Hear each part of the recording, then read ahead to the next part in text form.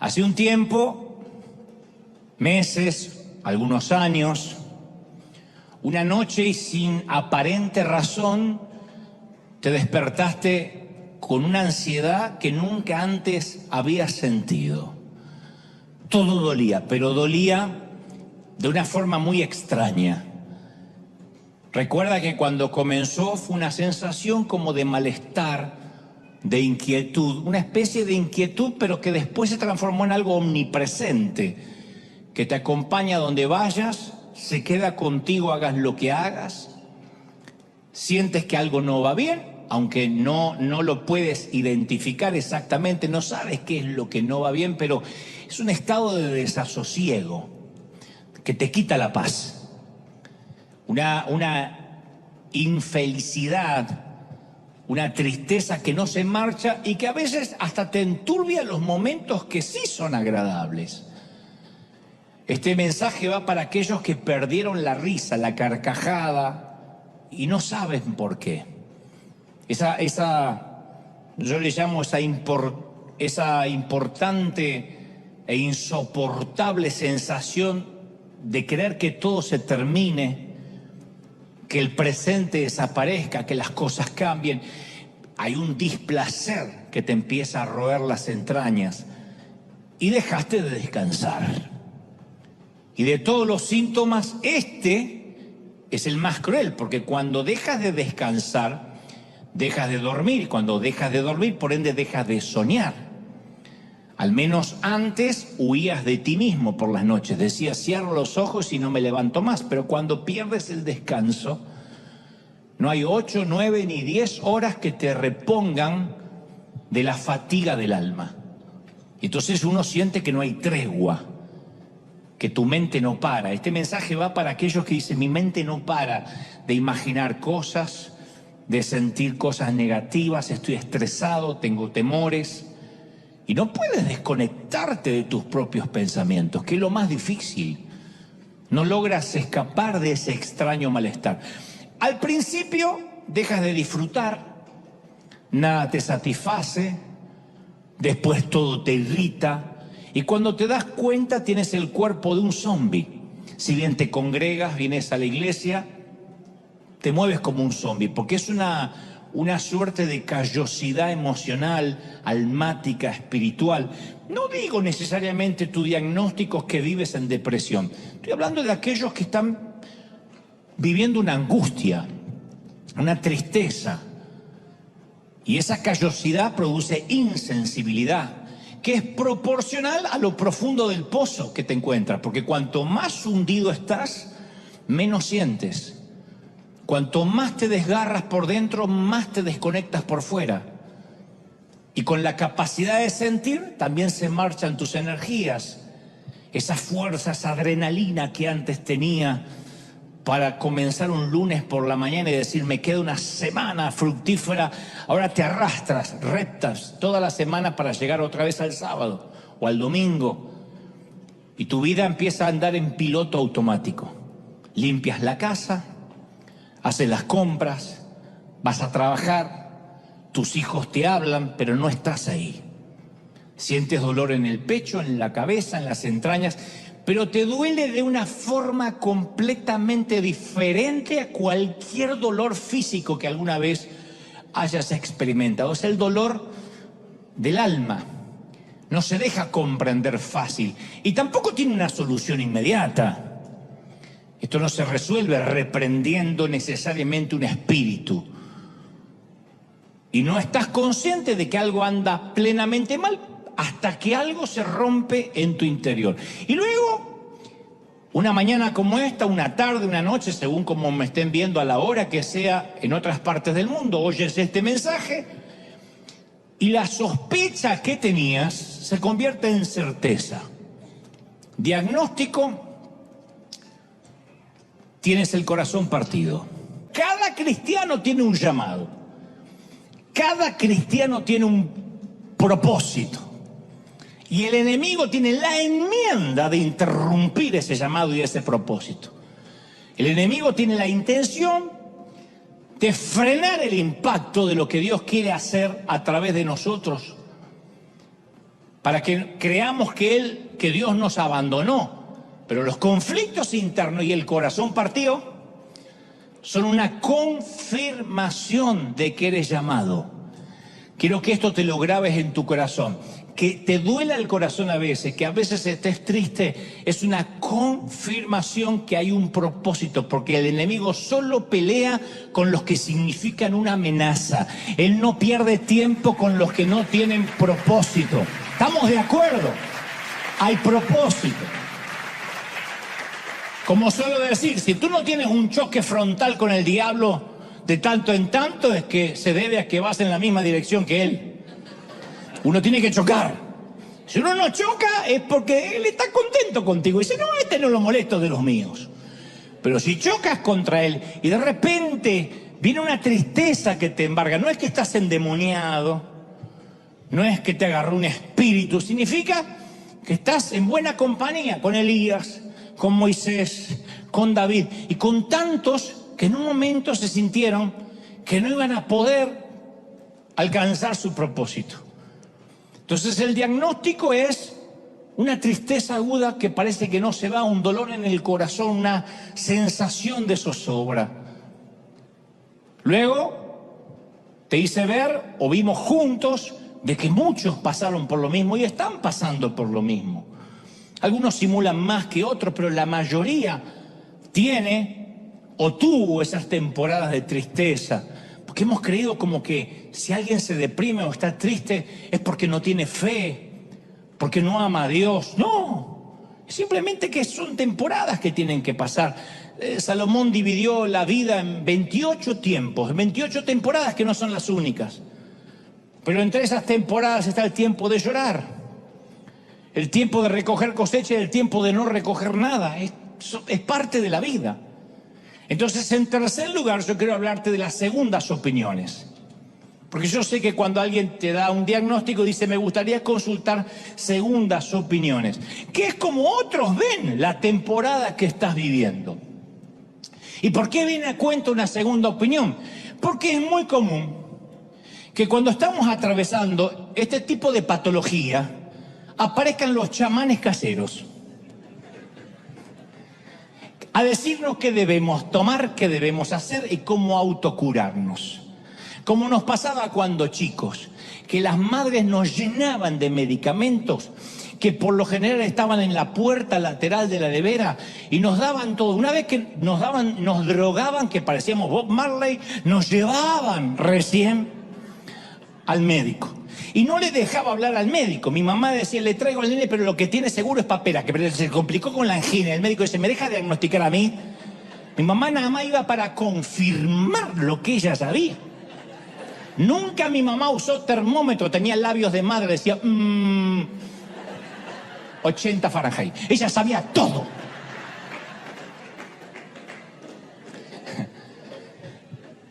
Cuando se trata de una mamá lo tomamos con cariño. Cuando se trata de chamanes caseros respecto a lo que estamos viviendo, nos lastiman. Porque yo he escuchado a muchos líderes cristianos diciendo, ¿sabían que en tal país vino un terremoto o un tsunami? Y eso fue porque viven bajo la maldición de la idolatría. Y por eso Dios mandó un tsunami. Pero casi no murieron cristianos.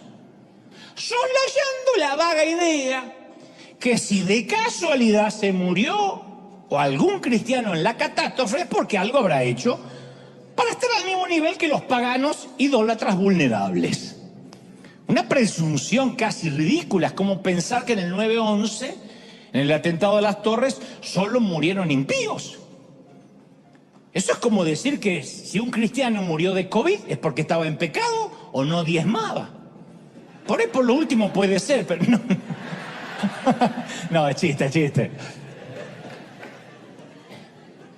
De hecho, por el COVID han fallecido piadosos hombres de Dios. Y también por cáncer. Y por tumores. Y hasta por accidentes. De otro modo, ¿qué quedaría para aquellas tragedias que involucran misioneros cristianos junto a sus familias? Conozco misioneros muy queridos cuyos hijos se han contaminado y han muerto por la radiación de Chernóbil. O sea, la fe en Dios no es un seguro contra tragedias. Pero la gente de la iglesia, que aquí entran las segundas opiniones, no ayuda, no ayudamos, porque no entienden la mayoría, ni les enseñaron a entenderlo. Entonces cuando estás triste no quieres contarlo porque lo primero que te dicen es que te pongas a orar, o que te pongas a cantar o a reprender, que está bien, tenemos que orar. Pero a veces te dicen, no, tienes que reprender, tienes que decir y repetir tal oración, tienes que bañarte y leer la Biblia. Pero nadie va a convencerte que te van a dejar de doler los golpes, menos cuando estás en medio de una paliza. Solo quieres una tregua, que los golpes cesen. El tema es que no somos impermeables a los prejuicios de los demás cristianos y no deja de afectarnos esa mirada ajena cuando estamos pasando por algún periodo depresivo.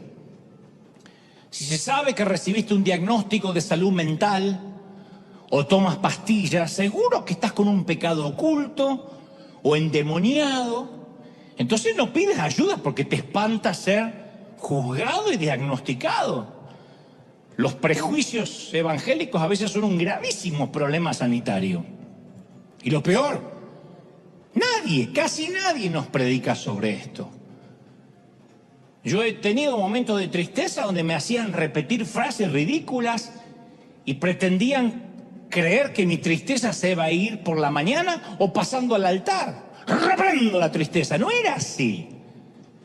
Lo que es peor, te enfermas, llegas al hospital y ¿quiénes llegan? Los traficantes de culpa. Que son peores que Pablo Escobar resucitado. Los traficantes de culpa. Que te dicen, como una vez conté, algo habrás hecho para que estés aquí. Capaz que por algún pecado que no confesaste. O te acusan, no habrás orado lo suficiente. O te dicen, la frase tan dolorosa, te está faltando fe. Y lo peor es cuando te lo dice un pastor. Esto te está pasando por haber salido de mi cobertura. Te quitó la cobertura de chocolate y te fregaste. La vida es una jungla con algunos claros de tanto en tanto que hay que saber aprovechar. Aprovecha mientras tus chicos sean chiquitos, aprovéchalos cuando son adolescentes, aprovecha los años altos. Hay momentos que no van a regresar. La vida son batallas, según lo que dijo el Señor, todo el tiempo con algunas treguas, unos momentos para meterte en la trinchera y en medio del barro, de las granadas enemigas que explotan alrededor, tratar de comer una barra de chocolate, tomar aliento para continuar la guerra. Eso es la vida. Yo sé que acá no hay muchos amén, ni mucha gente empoderada, pero es la vida.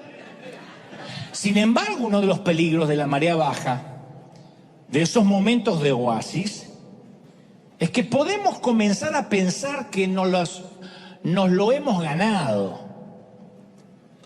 Que esos días de sol son un reflejo de nuestra sana doctrina, de nuestra madurez espiritual. Yo tengo esta familia perfecta porque yo oro.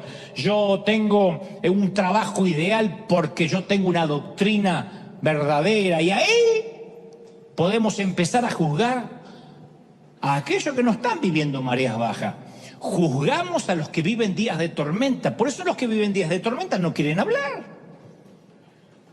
Porque cuando nosotros tenemos un momentito de tranquilidad, empezamos a juzgar a la familia que tiene problemas, a la familia cristiana que tiene problemas con los hijos.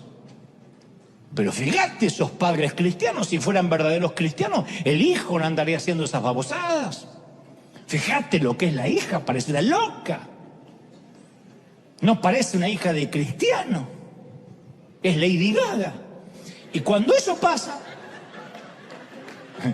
estamos criticando porque nos sentimos con la autoridad para hacerlo. Fíjate que el matrimonio que está en crisis, ¿cómo puede ser que no tengan a Dios? ¿Cómo es que él puede vivir enfermo los años que viene a la iglesia siempre enfermo? Y entonces nuestra vida espiritual, la nuestra, se empieza a volver rutina. En ese tiempo que no tenemos ninguna crisis seria, que vivimos señalando al resto, tampoco tenemos grandes avances, Empezamos a tener una vida de iglesia mecánica. Entonces cuando llegan los primeros problemas nos sorprende, porque nuestra respuesta es preocuparnos en lugar de confiar y orar. Y ahí es cuando los chicos de ahora derraman comida sobre la alfombra blanca y no somos tan ecuánimes. Explotamos, hacemos un escándalo. ¡Alfombra! ¡Te voy a reventar! Y la misma mamá que se reía, o el mismo papá que hace un mes estaba nice. Hay un renglón fascinante en 1 Samuel que describe la condición de Israel en los días finales de los jueces y dice que muchos de los hechos que el pueblo había visto de la mano de Dios ahora eran historia. El faraón había sido derrotado hace mucho tiempo atrás, los 10 mandamientos eran noticias viejas, el maná era un artículo para coleccionistas, la era emocionante de Moisés y Josué quedó para los libros de historia, y el pueblo se estableció en la tierra prometida. Y el escritor describe el clima espiritual en estas palabras. Dice, en esos tiempos no era común oír la palabra del Señor. No era común, no dice que era inexistente, no era común. Se acostumbraron. El pueblo no está en un estado de rebelión seria, en pecado. El tabernáculo sigue abierto para la adoración. Algunos elevan oraciones, todavía se hacen sacrificios, pero lo sagrado se volvió tedioso, común, ordinario. Aceptaron la vida espiritual en modo automático. Yo ya soy cristiano porque los domingos me congrego. Y cuando uno tiene ese desorden de déficit espiritual, cuando uno deja de orar, deja de buscar a Dios y cree que en modo automático va a seguir siendo hijo de Dios, Dios tiene que irrumpir. Y tiene que decir, tengo en tu contra, como le dijo a Éfeso, que has abandonado tu primer amor. Tengo en tu contra que ya no estás enamorado de mí como antes. Ya no me lo vienes a decir. Tengo en tu contra que te acostumbraste. Entonces, ¿por qué Dios no nos da marea baja los 7 días de la semana, los 365 días del año? Porque Dios quiere enseñarnos que en esas temporadas de tormenta y de angustia son las oportunidades para que crezcamos, para que dependamos de Dios. El no saber qué va a pasar no significa que estemos condenados de por vida a la ansiedad. Más bien significa que nos exige tener fe que Dios tiene todo bajo control. ¡Aleluya! Fe de que Él tiene la solución. Ahora, si estás buscando certidumbre, saber todo, está fregado. Pero no por una cuestión de si eres cristiano o no, porque para todo, de este lado del sol, puedes andar por fe, no puedes andar por vista. ¿Quién de acá tiene la vida asegurada? Podrás tener seguro de vida, que no sé por qué le llaman seguro de vida, porque para cobrarlo hay que morirse, es seguro de muerte. Pero, ¿quién tiene la vida asegurada? ¿Quién puede decir yo no me voy a enfermar?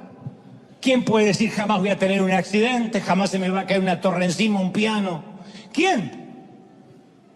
Pero todos queremos ser capaces de predecir. Por eso se llenan las iglesias donde los predicadores dicen te voy a empoderar y vas a ser un campeón y te va a ir siempre bien y lo que toques será de bendición. Porque la gente quiere usar la Biblia como horóscopo.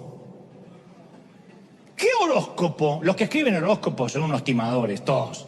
Pero ¿qué horóscopo te va a decir? Sagitario,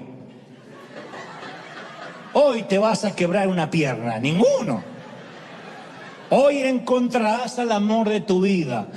Cáncer, sal con fe, que encontrarás algo en el camino. Y por ahí pisas una defecación de perro. Eso es lo que encontraste en el camino. Pero deseamos tener el control. Y por eso la mayoría de los cristianos nos hemos inclinado a creer que la vida con Dios no incluye sufrimiento, incluye control. Por eso decimos, ¿cómo puede ser que estoy sufriendo si yo nunca dejé de diezmar? Si yo no entiendo, dice la gente. Porque la mayoría creemos que tenemos un acuerdo contractual con Dios. Algo como, prometo ser un buen cristiano, una persona decente, y a cambio Dios va a salvar a mi hijo, va a sanar a mi esposa, va a cuidar de mi trabajo. Pero cuando Dios no satisface nuestras expectativas, quedamos girando en un torbellino de preguntas, de perplejidad, de dubitación. Incluso cuando las cosas van mal, algunos se olvidan cuando las cosas le fueron bien. Yo me acuerdo de las palabras de José al faraón, cuando dice, después llegarán 7 años de hambre tan intensa que hará olvidar a todos de la prosperidad de Egipto.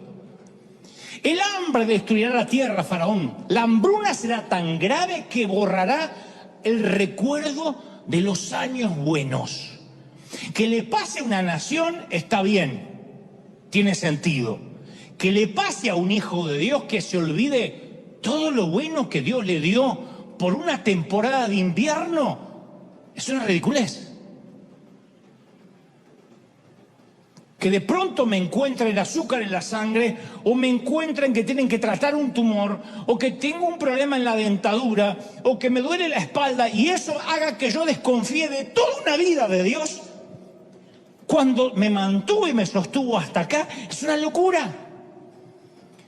José vio en su sueño ambas épocas, la abundancia y la escasez, y ambas bajo jurisdicción divina, ambas, Dios estaba sentado en el trono. ¿No es eso lo que Dios promete en Romanos 8:28? Y sabemos que los que aman a Dios, todas las cosas. ¿Qué es todas las cosas? El supermercado lleno y buscando empleo. Ayúdala bien, ¿cuántos lo creen? Todas las cosas. Entonces, Dios está en la quinceañera y en el panteón, en el cementerio. Si no, no tenemos vida, seríamos todos inmortales de este lado del sol. Dios está cuando buscamos empleo y cuando gastamos en un gran mercado. Pero el final es lo que redime una historia plagada de drama, como en las películas. Si no, ¿qué les queda para los cristianos en Irán, en Pakistán, en Uganda? Que difícilmente van a creer en una teología de prosperidad y de vida feliz. Nuestros chiquitos, nuestros huérfanos, está bien, le damos comidas dignas, le damos un techo, pero ellos no sueñan con una suscripción de Netflix, no sueñan con comprarse un Tesla, y si no se lo pueden comprar y no tienen un buen crédito, es porque Dios está tratando conmigo. Ellos lo que quieren es comer un poco más de arroz. Entonces, el grave problema que algunos cristianos tienen es creen que la prosperidad material es la señal de la bendición de Dios. No, eso creemos los sonsos que alguna vez nos tragamos el sueño americano. No puedo pagar la hipoteca, Dios me dejó. La estoy pudiendo pagar, qué fiel es Dios. Y el que vive en un caserío, en un cordón de emergencia. Pero eso no es lo peor es cuando los que nos toca un tiempo de prosperidad, miramos con sospecha al que no está prosperando. Miramos con sospecha a aquel que llega en el auto todo desarmado, que hace pu, pu, pu, pu, pu, pu, pu. Estoy hablando de que de verdad estamos rotos por dentro algunos, y a veces no tenemos la menor idea de cómo repararnos. No tienes la menor idea de cómo repararte porque te niegas a pensar que tienes una enfermedad y te avergüenza contarle lo que te pasa a otros cristianos, que esto es lo peor. Pero la padeces, estás triste. Y esto no se soluciona con un par de suturas, ni con que te oren, imponiéndote las manos. Ojalá fuera así de fácil. Con todo placer. En mi caso podría orar por todos aquellos que dicen yo tengo el corazón partido. Pero no lo es. Porque ¿cómo reparas algo que sabes que está dañado, pero no sabes cómo se dañó ni en dónde? Porque una cosa es decir, tengo el corazón roto por un desengaño amoroso, por una traición de un amigo, pero estoy hablando de la otra sensación, que puede tener o no razones su origen, pero aún así dice, yo no sé por qué estoy en este bucle de tristeza. Y dices, ¿cómo sé si tengo que rendirme a esta nueva normalidad o resistir y pelear? Porque a veces se siente como que estuviésemos condenados a vivir con nosotros mismos, cuando sabemos que nuestra mente es nuestra peor enemiga, la que continuamente cuando queremos descansar no nos da tregua. Y es un camino que termina siendo un sendero de oscuridad, sin señales, sin vistas panorámicas, sin destino claro, y un nubarrón gris que pulula nuestro cielo. Y no hay prótesis para un corazón que se ha hecho añicos. Ojalá también la hubiera.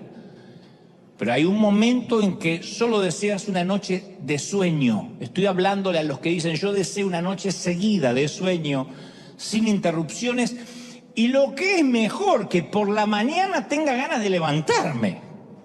Como cuando parecía que todo era feliz, como cuando saltabas de la cama, porque te puedes mudar, puedes cambiar de empleo, puedes cambiar de cónyuge, incluso de iglesia, pero a veces esa nube oscura no cambia, porque con el tiempo define tu cielo, define la forma en que vives, y es una agonía casi a nivel arterial.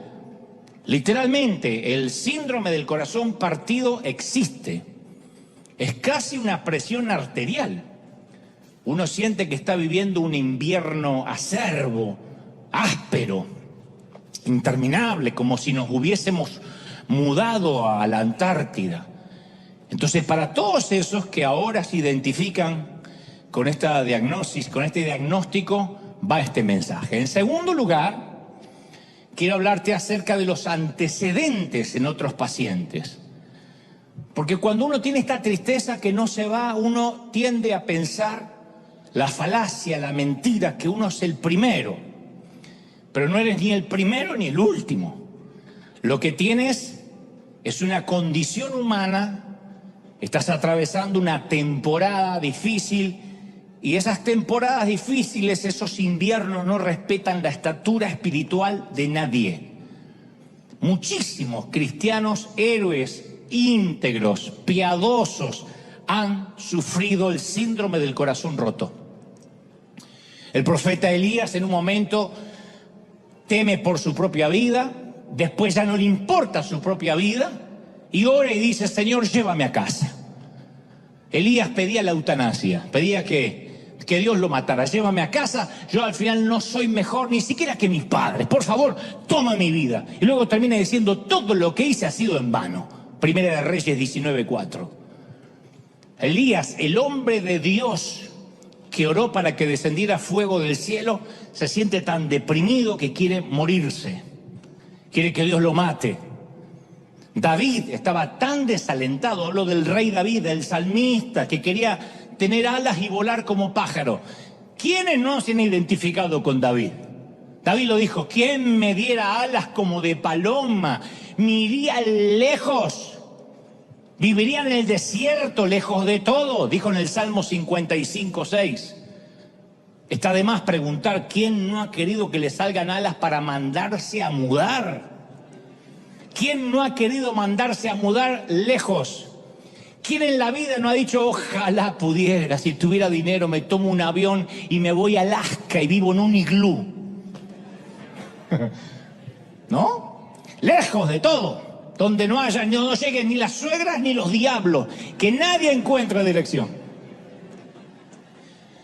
Y en el Salmo 38:6, ya David no tiene respuestas, y entonces solo suspira.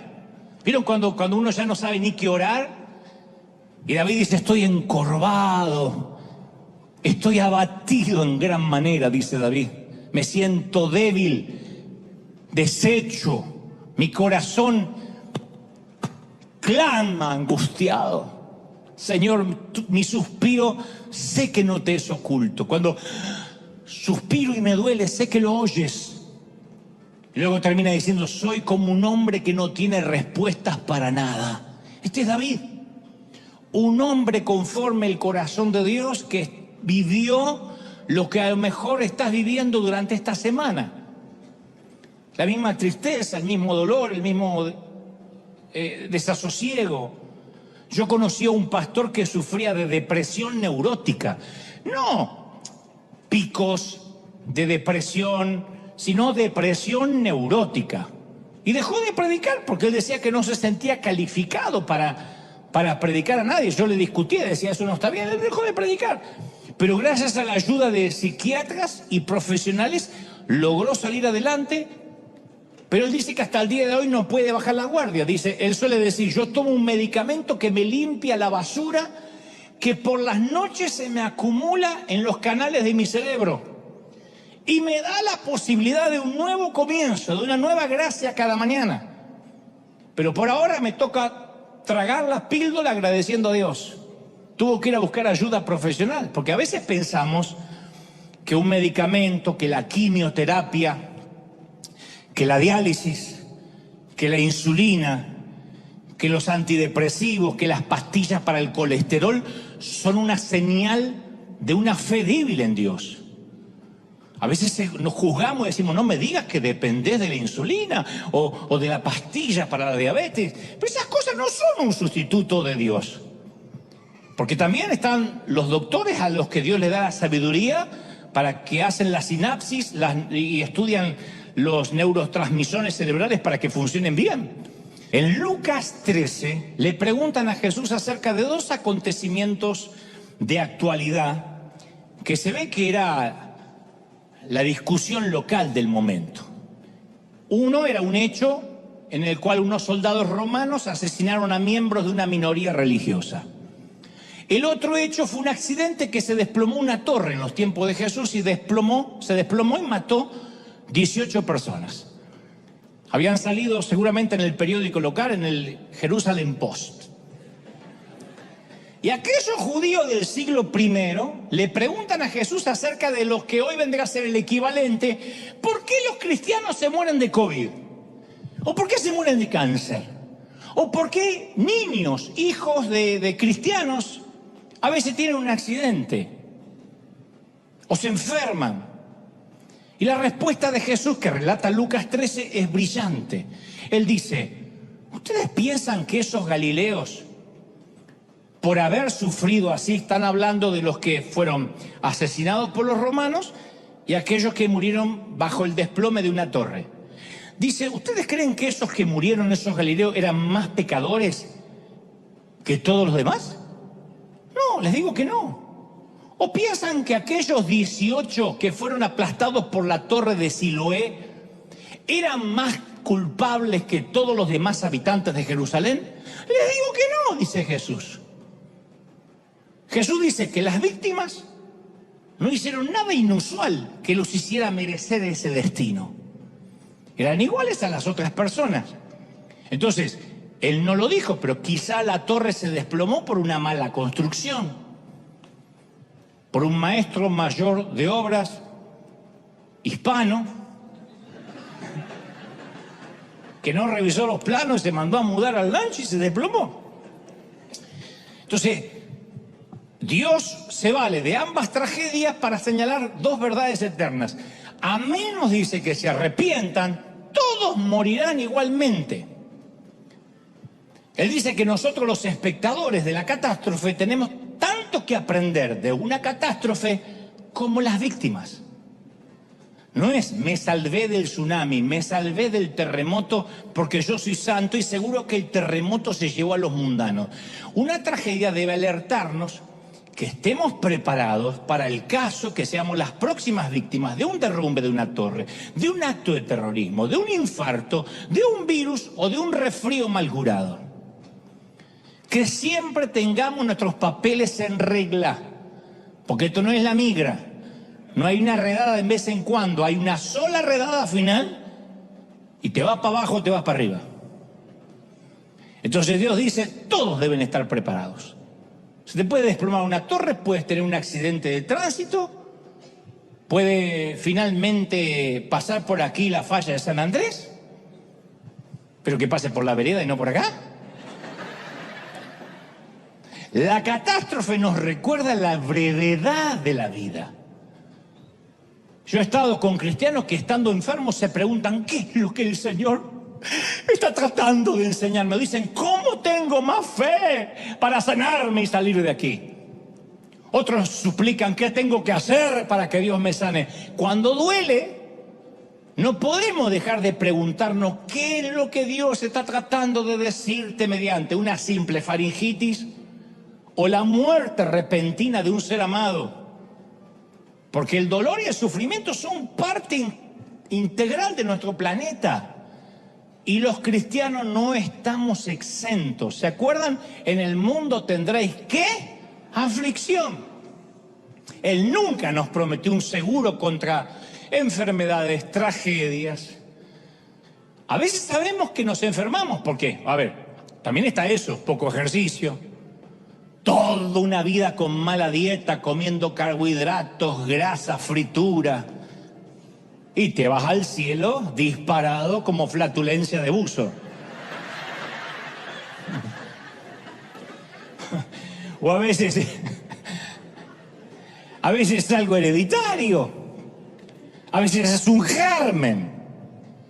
El sufrimiento nos dice a toda la humanidad, cristianos y ateos, que algo está mal en este planeta y que necesitamos la intervención de Dios. Pero es peligroso y ni siquiera es bíblico que te tortures tratando de encontrar el mensaje de Dios en tu dolor. ¿Qué Dios me quiere decir? Bueno, a lo mejor puede ser algo tan sencillo como afloja con las hamburguesas. Sí. Deja de tener una vida sedentaria. No prometas todos los fines de año ir al gimnasio para solo después pasar por la puerta. Haz algo con tu vida. Y a veces simplemente que es la vida. Entonces, quiero que sepamos y tengamos en claro que las segundas opiniones, generalmente de creyentes que dice por algo estás hecho, por algo te pasa, es que cuando te fuiste de la cobertura, cuando te cambiaste de iglesia, cuando dejaste de diezmar, Dios no es un Dios que te va a mandar un castigo adrede, que a lo mejor ni siquiera sabes por qué es. ¿Qué pasaría si nuestro niño un día está jugando, tranquila, plácidamente, y venimos por atrás, ¡pah!, le damos una paliza? Sin razón aparente, o para que esté pegado para el futuro. Y el nene dice, ¿por qué me está pegando? Y no sabe las razones. ¿Qué hacemos? Produciríamos hijos neuróticos. Un hijo que no crece bien psicológicamente porque no sabe a qué es el castigo. Entonces, cuando uno trata de ver cuál es el castigo, es un error, es una falacia. Entonces, en cuarto lugar, voy a diagnosticarte la patología. Pues yo primero hablé de los síntomas, pero la patología en sí misma a lo mejor es más sencillo de lo que creemos. Yo sé que sientes el corazón roto, eso es lo que sentimos, el corazón partido. Y a veces la causa de estos patógenos es que vivimos en un mundo, insisto, con leyes establecidas, como todos los demás. Y en nuestro ámbito cristiano hay dos grandes errores. El primer gran error es cuando, insisto, atribuimos todo el sufrimiento a Dios y lo consideramos como un castigo. Si vives así vas a vivir amargado. Nadie nos queremos ni siquiera resfriar. No queremos que nuestro hijo tenga fiebre, pero ¿qué padre no tuvo un hijo con fiebre? Y si vas a decir, ¿por qué Dios permite la fiebre? Porque es niño, porque la fiebre existe y porque se tiene que afiebrar. Y porque a lo mejor, como decían las viejas de antes, ahí es cuando crece. ¿Qué sé yo? Pero es parte de la vida. No es un castigo de Dios. El segundo error consiste justamente en creer lo opuesto. Es suponer que una vida con Dios nunca va a incluir el sufrimiento. Y si sufres, como te dije, algo habrás hecho. Justo cuando necesitas fuerzas y esperanzas para combatir la tristeza, llegan algunos traficantes de culpa y te ofrecen, como te dije, una dosis helada de más carga. Y cuando el corazón duele, ya tienes tus propias dudas. Porque el sufrimiento, ¿qué hace? Nos lleva a cuestionar nuestro sistema de creencias, nuestras convicciones más íntimas. Y yo quiero que te grabes esto. Esto te va a empezar a sanar ahora mismo.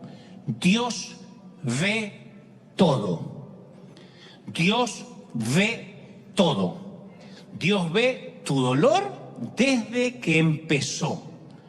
Como te dije hace un par de domingos, estás en un ambiente controlado, lo creas o no. Dios dijo en Éxodo 3:7, ciertamente yo he visto la opresión que sufre mi pueblo en Egipto. Los he escuchado quejarse de sus capataces. Conozco sus penurias. Yo creo que Moisés estalló en llanto cuando oyó estas palabras. Porque el Creador estaba conmovido. Dijo, yo he visto, yo los he oído llorar. Y yo quiero que tomes esa palabra logos y la hagas un rema, una palabra puntual para ti. Dios me ha visto llorar por las noches. Dios me ha visto que no puedo dormir. Desde que empezó, Él está observando. Él lo vio. ¿Lo crees de verdad? Él lo vio. Lo ve. Sabe que algo te agobia. Y no sé qué sea, una larga enfermedad, una quiebra, un sufrimiento en la familia, confusión en cuanto a tu carrera, depresión inexplicable, una terrible pérdida, una ruptura. Yo quiero que hagas una pausa por un momento y oigas estas palabras que el Creador susurra a tu oído. No te angusties. Yo he visto tu corazón. Yo he visto tu corazón partido. Te he oído por las noches. Te he visto cuando te tiras a orar y no sabes qué decirme. Pero confía en mí. Yo sé lo que estás pasando y te doy mi palabra que me importas. Y me importas mucho y no voy a soltarte. Te estoy viendo, te estoy observando. No te voy a dejar. ¿Cómo te ama el Señor? ¡Aleluya! Tampoco la fe nos equipara, nos equipa y nos pone mágicamente dentro de un traje espacial herméticamente sellado, libre de gérmenes, para protegernos contra los peligros de la tierra. Porque eso nos impediría identificarnos con el mundo. ¿Cómo vamos a predicarle al mundo si nosotros no tenemos dolor ni sufrimos nada? Nuestros hijos son perfectos, nuestros cónyuges son perfectos, tenemos los matrimonios ideales, tenemos las mejores hipotecas, los mejores créditos, así cualquiera predica. No. Ese es un lujo que Dios no le permitió ni a su propio hijo. Sostener la idea que convertirnos en cristianos nos garantizará salud, prosperidad, es una falacia, es un embuste. Que quiero que seas próspero, claro, y yo también quiero. Que quiero estar sano, lo intento, trato, me cuido, oro. Pero no estoy exento a que una enfermedad llegue a mi cuerpo y algún día esa enfermedad crezca, sea gigante y sea el motivo de mi partida. De algún modo me tendré que ir. Y en quinto y último lugar, en los últimos minutos, quiero recetarte la terapia. Porque es más sencilla de lo que creemos. Es más sencilla de lo que podrían hablarnos por horas.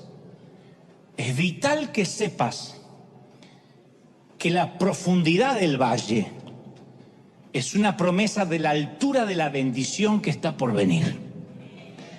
El camino de un valle oscuro siempre nos lleva a una escena elevada. Un lugar donde Dios nos va a bendecir, si no, no te permitiría que estés en un proceso. Los valles, ¿sabes por qué se define un valle? Por los montes que rodean el valle.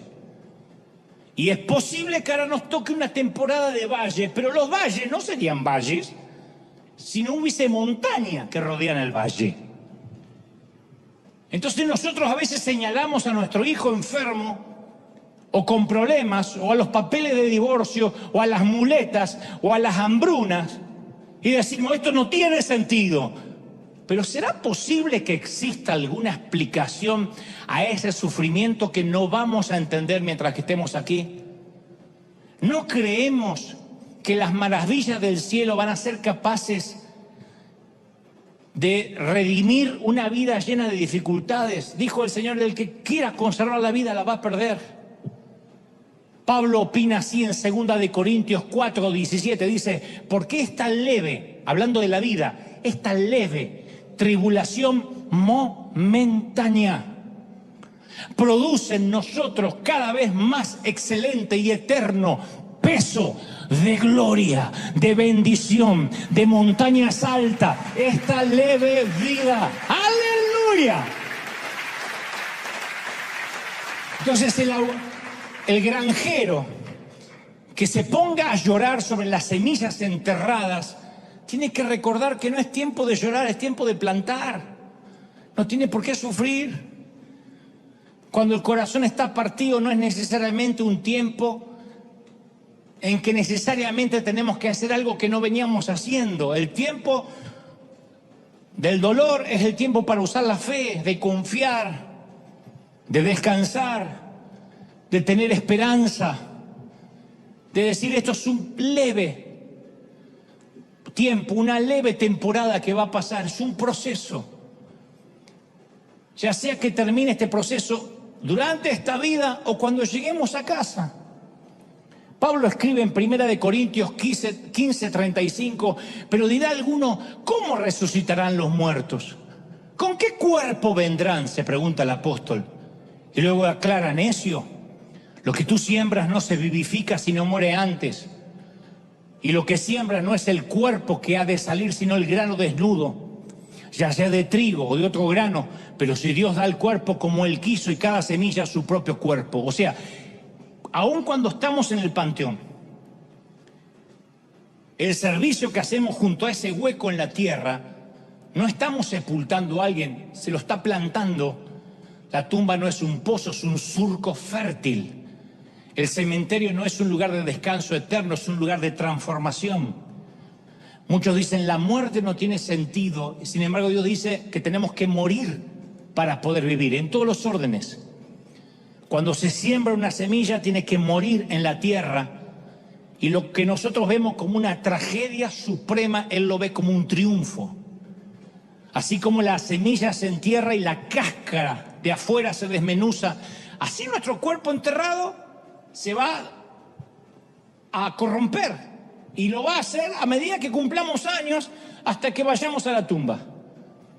¿Y qué es lo que hacemos durante la vida? Plantar la fe para que produzca fruto. De otro modo, vamos a tener semilla guardada en un cofre. Y es semilla. Dijo Jesús, si el grano de trigo no cae en la tierra y muere, queda solo. Pero si muere, lleva mucho fruto. Yo no puedo imaginarme cómo va a lucir un tomate mirando una semilla de tomate. Porque lo que sembramos y lo que crece es totalmente diferente. Yo no puedo imaginarme una planta mirando la semilla, ni tampoco podemos tener una idea de nuestro futuro mirando la semilla de la fe, mirándola nomás. Uno tiene que plantar la fe. ¿Cómo plantamos la fe? Estoy en silla de ruedas. No es lo que hubiese elegido cuando niño, pero tengo fe de que con piernas sanas o con piernas enfermas, yo sé dónde voy y me alegraré en el Señor todos los días de mi vida. Si me quiere sanar, enhorabuena. No me quiere sanar, enhorabuena. Bienaventurado. ¿Estás conmigo, sí o no? Filipenses 3:20, más nuestra ciudadanía está en los cielos, de donde esperamos al Salvador, el cual transformará el cuerpo de humillación nuestra. Esa es nuestra ciudadanía. No esperamos papeles de la Unión Americana para que nos cambie la vida. Si Dios te da papeles y legalidad en el país, ¡aleluya! No te los da, te alegrarás en el Señor. Tu cuerpo y tu corazón están cansados, están agotados. ¿Por qué? Porque no usas la fe. Entonces duelen las articulaciones, los músculos están fatigados. Ahora entiendes por qué Pablo describe el cuerpo como una habitación. Él dijo en 2 Corintios 5:2, él dijo, gemimos dentro de nuestra habitación. A lo mejor tu habitación estaba acostumbrada a ser robusta, fuerte, y el tiempo pasó, las tormentas arreciaron, y a ese viejo cascarón se le han hecho algunas averías. Entumecida por el frío y azotada por el viento, tu habitación ya no es tan fuerte como alguna vez lo fue cuando joven. O a lo mejor tu habitación nunca fue fuerte. Tu vista nunca fue buena. Tu oído nunca fue muy claro. Tu corazón nunca fue muy resistente. Capaz que toda tu vida fuiste muy sensible y la mayoría de las cosas que a los demás ni le afectan, a ti te liquidan. La sensibilidad es un don de Dios, es un regalo de Dios. Añade tristeza, pero es un regalo de Dios. Tal vez tu andar nunca fue muy vigoroso y has visto a otros como dan por sentada su buena salud y tú nunca la has tenido. Sillas de ruedas, muletas, visitas regulares al médico, operación en la rodilla, cuartos de hospital, agujas, estetoscopios, diálisis, sueros intravenosos. Darías cualquier cosa por un solo día con el cuerpo saludable. Y mira lo que dice la versión de la Biblia de Jerusalén acerca de las mismas palabras de Pablo, eso de dentro del cuerpo de la humillación. Él dijo, Él transfigurará estos cuerpos miserables en copias del cuerpo glorioso de Cristo. Entonces, a pesar de que la fraseología cambia, la promesa es la misma. Así como Dios puede hacer un roble, de una semilla y un tulipán de un bulbo, Él hace del cuerpo viejo un cuerpo nuevo, un cuerpo sin corrupción, un cuerpo sin debilidades, un cuerpo sin deshonra. Yo sé que tendré un cuerpo idéntico al de Jesús, que mi dolor no va a durar para siempre. Tu dolor no va a durar para siempre, tienes que creerlo. Tienes artritis en las coyunturas, en el cielo no la vas a tener. Tienes un cáncer destruyendo el sistema, en el cielo no existe el cáncer. Está débil tu corazón, en el cielo será fuerte. Se desconectan tus pensamientos, te está fallando la memoria y te asusta. Tu nuevo cuerpo viene en el pack, en el combo, con una mente nueva. Yo no puedo prometerte que tu corazón partió va a sanar pronto. Tampoco te puedo prometer se va a recuperar del todo de este lado de la eternidad. Pero te doy mi palabra de honor que lo que ahora está torcido va a ser enderezado. Lo que ahora es imperfecto va a ser reparado. Lo que ahora está fracturado será más fuerte que antes. Y ese corazón que por ahora, por el momento, por esta leve tribulación momentánea está partido, será trasplantado en uno nuevo, saludable y entero. Será aquí o en la eternidad, pero Dios nos lo prometió y un trato divino es un trato divino.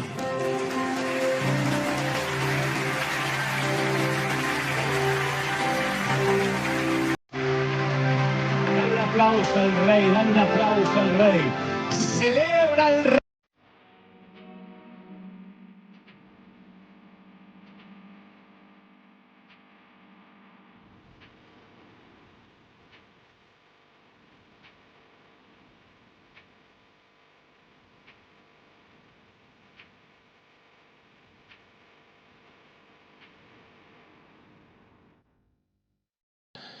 En otras palabras, cuando Dios te da algo, te da la capacidad para disfrutarlo.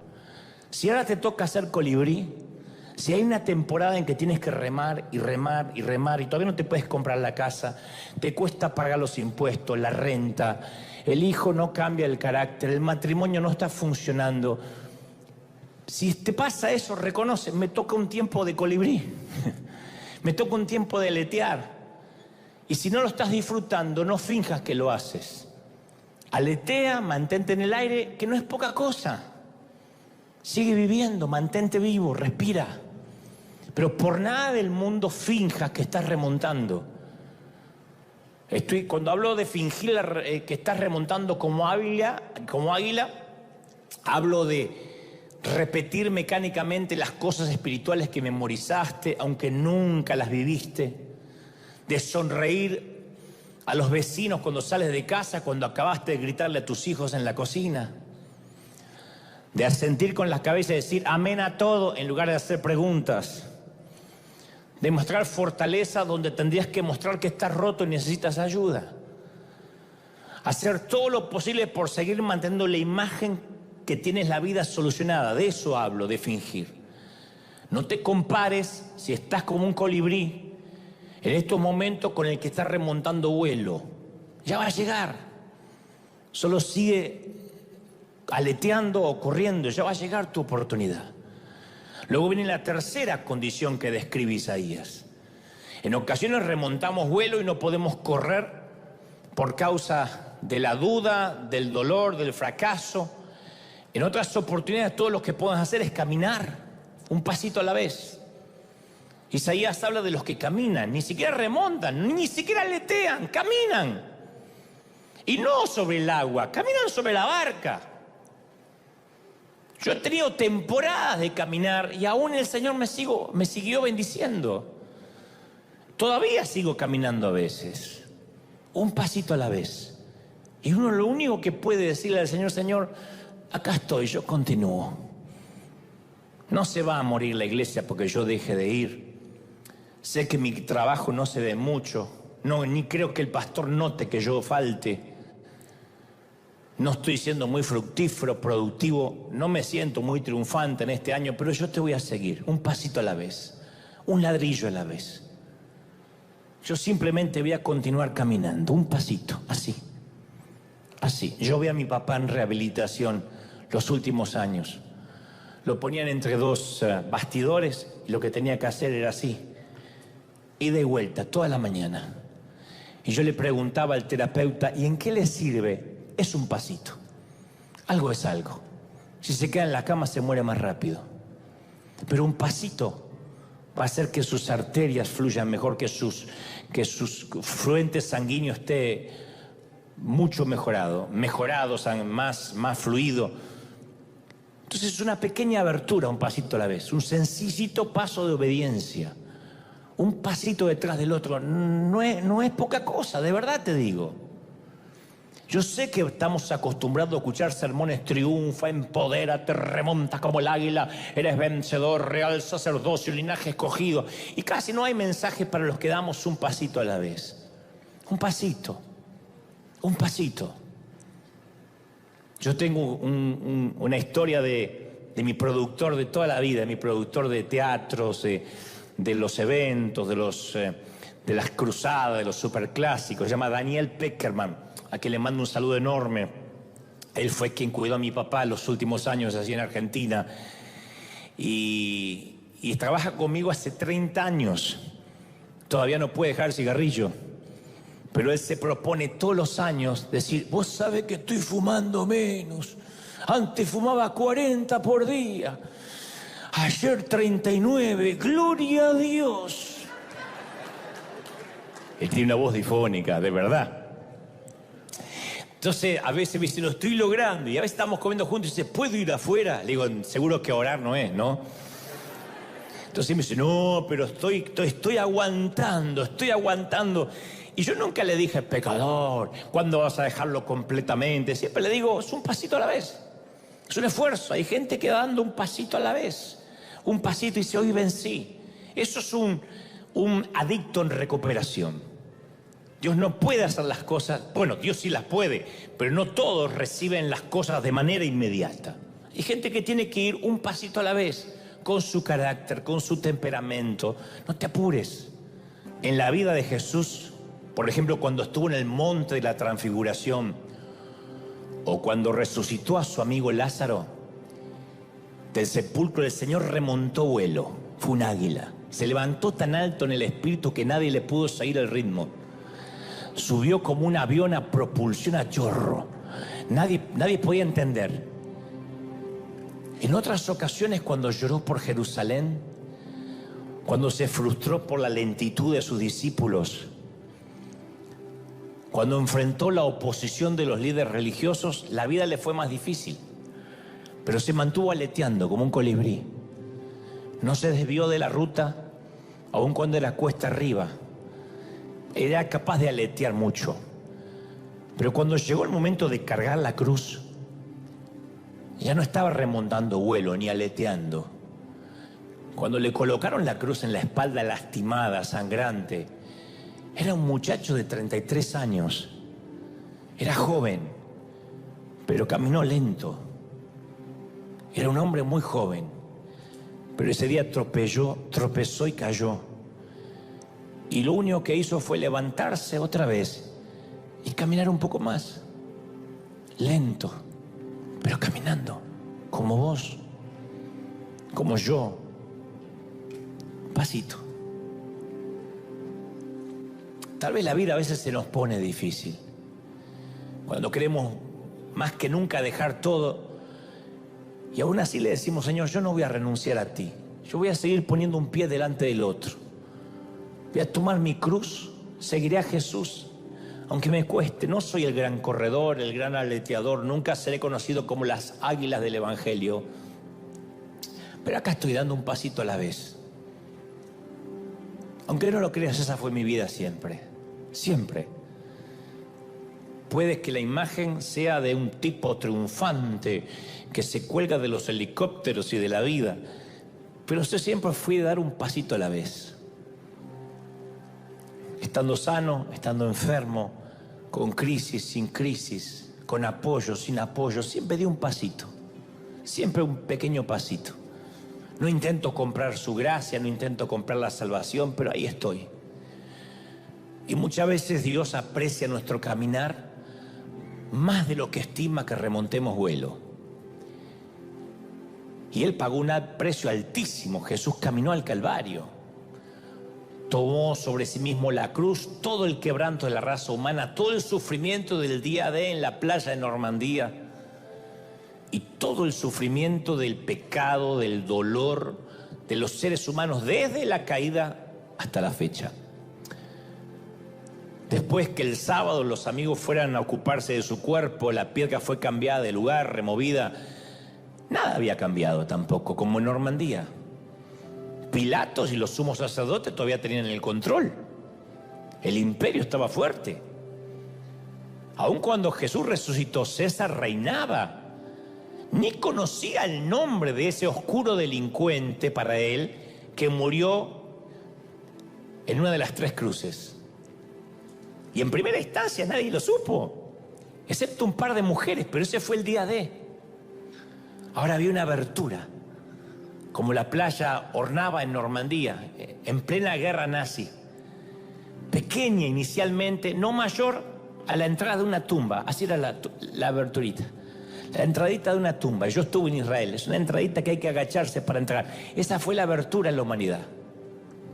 Entonces, cada vez que te involucras en una batalla, cada vez que resistes al pecado, cada vez que proclamas el Evangelio, cada vez que das una porción de tus recursos para engrandecer el reino, cada vez que ofreces un vaso de agua en nombre de Jesús, cada vez que esperas en el Señor, en cada ocasión esa abertura se hace un poquito más grande. La abertura de aquella tumba se agranda y se agranda, y la oscuridad se replega cada vez más. La luz se hace un poquito más fuerte todos los días. Ese es el caminar cristiano. En nuestro mundo vamos a encontrar muchos corredores veloces. Hay algunas águilas que remontan vuelo mucho más alto de lo que podemos ver. Y es difícil caminar cuando uno está rodeado de águilas, de corredores. Sin embargo, caminar a veces es lo único, lo mejor que podemos ofrecerle a Dios. Es mejor que estar quieto. Camina. Él entiende todos los detalles al respecto. Él sabe lo que es. Caminó al Calvario. Caminar también cuenta, no lo olvides. Caminar cuenta. Tú dices, pero yo no oro casi nunca, apenas por los alimentos. Bueno, caminar cuenta, eso cuenta. Estás intentando. Estás diciendo, Señor, es lo mejor que te puedo dar hoy. A veces mi emoción y mi espiritualidad siento que está en un 90%. Y vengo con un 90% aquí. Pero a veces ese 90% se me va achicando durante la semana. Y ya para el miércoles, que me crucé con 3 chinitos en la ruta, casi los choco, casi me chocaron a mí. Amo a los queridos chinos, pero no tenemos que andar nunca en la misma carretera. A veces ese porcentaje me baja un 20%, un 30%. Y a veces llego como te pasa a ti. Llego a la iglesia con mi recipiente con agujeros. Se me llenó el domingo y para el miércoles el aceite parece que se me fue. Y nunca digo, no, entonces no voy. No, ya estoy perdido, soy un caso perdido. Digo, Señor, estoy así, sin aceite. Pero es un pasito a la vez. Es un paso a la vez. Un día va a llegar la liberación. No nos equivoquemos, habrá muchas más batallas, habrá muchas peleas este año, habrá muertes. Pero el día de ya ocurrió, cuando nadie lo estaba mirando.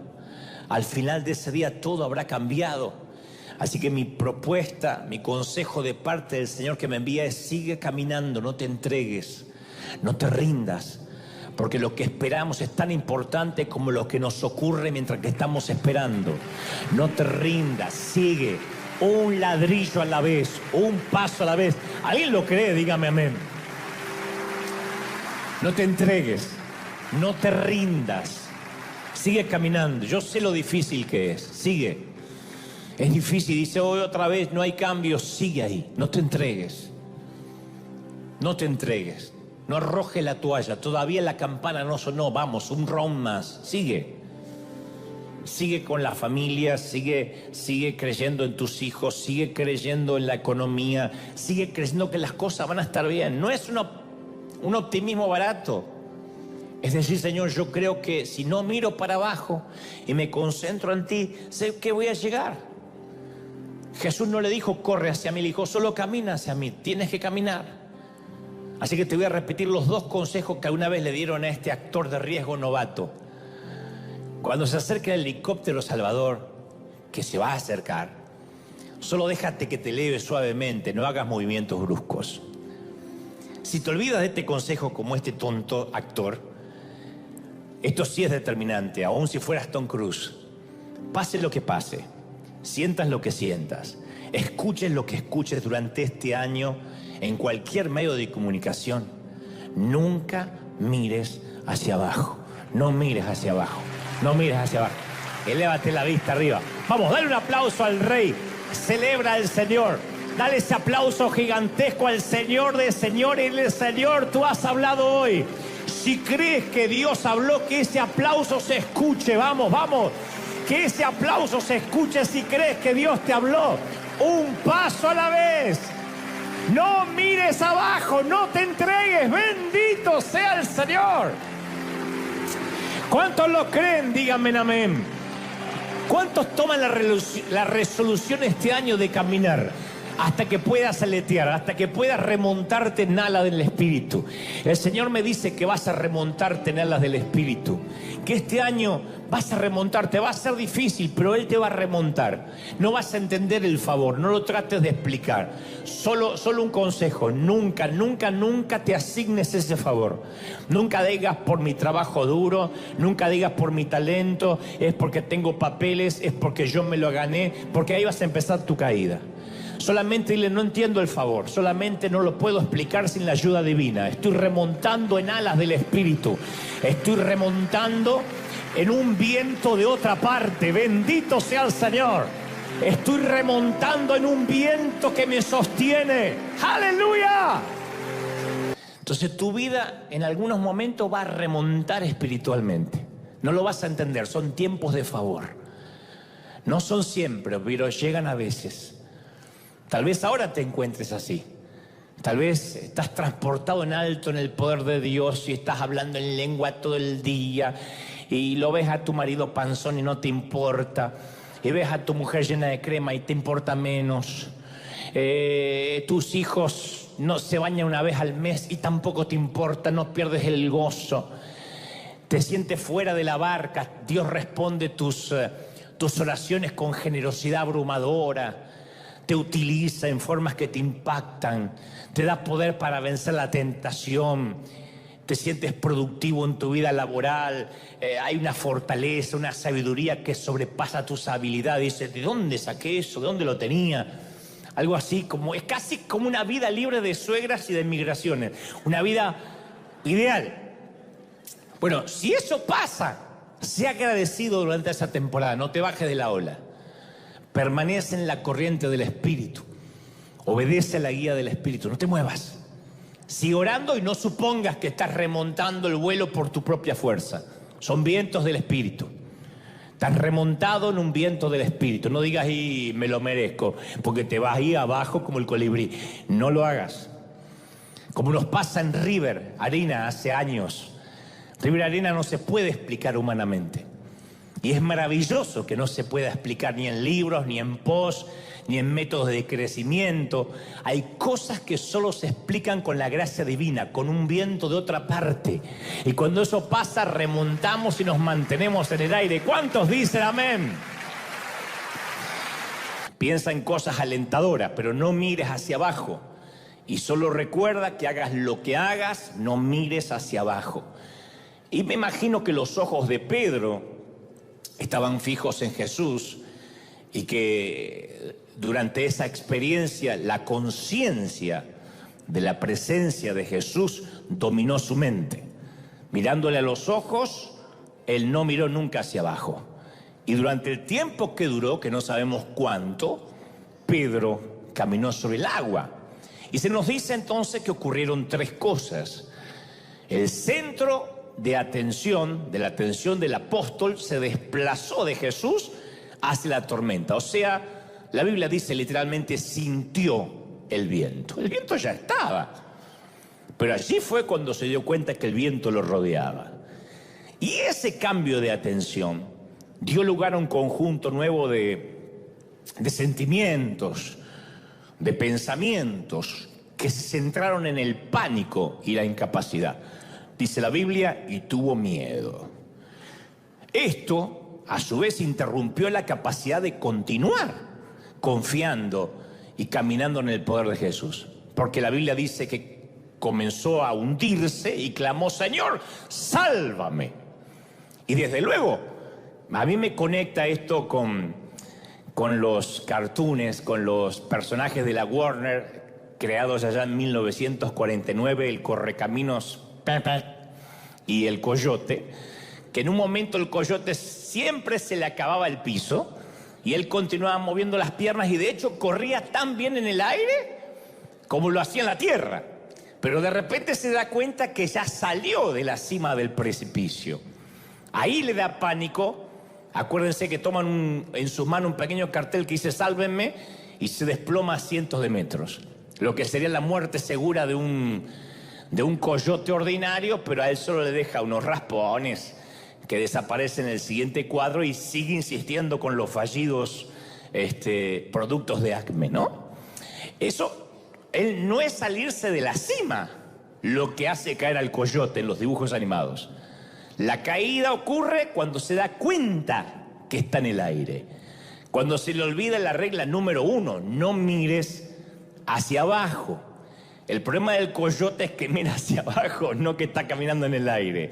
El problema de Pedro no es que está caminando en el agua, es que mira hacia abajo. Y tal parece que Mateo, el evangelista, quiere que entendamos algo cuando nos relata la historia. Porque mientras que la mente de Pedro se centró en Jesús, Jesús le dio el poder para que Pedro caminara sobre el agua. Pero cuando su mente se concentró en la tormenta, su miedo hizo un cortocircuito con el poder sustentador de Dios.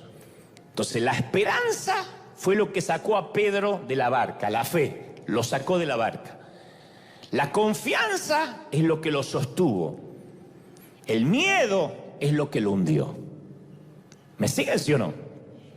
Y existe una condición mental, no es ni siquiera espiritual, que es esencial para vivir el tipo de vida que Dios quiere que vivamos durante el transcurso de este año. Este es un año donde se va a desatar mucho temor. Ya te aviso, mucho temor. Y no soy profeta de mal agüero, pero todo dice que van a aparecer nuevas cepas y nuevos contagios. Ahora dicen que este nuevo contagio es más leve, pero que viene y se hace más viral, y que vienen cosas peores, y que ya hay otro en África. Parece que se pelean las naciones por sacar nuevos virus, como si fueran nuevos automóviles.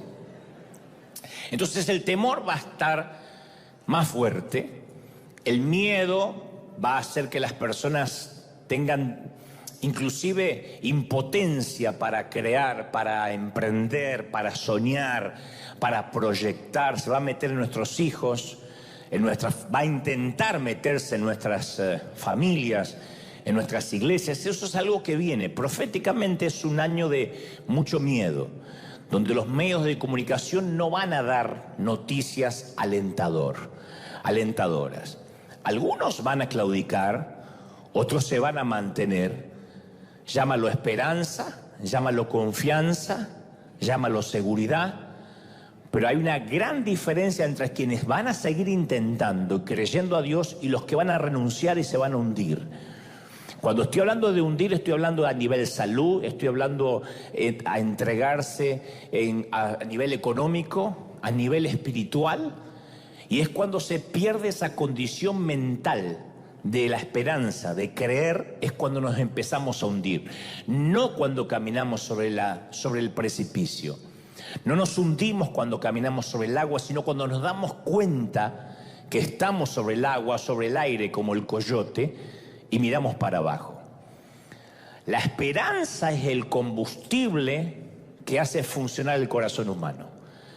Un choque automovilístico puede dejarte cuadripléjico, puede paralizarte el cuerpo, pero la muerte de la fe, la muerte de la esperanza te va a paralizar el espíritu de por vida. Y no hay nada peor que un espíritu amputado. No hay nada más terrible que un joven con un espíritu amputado, que ya no quiere soñar, que ya no quiere creer, que no tiene esperanza, que cree que en cualquier momento se puede morir y todo se termina.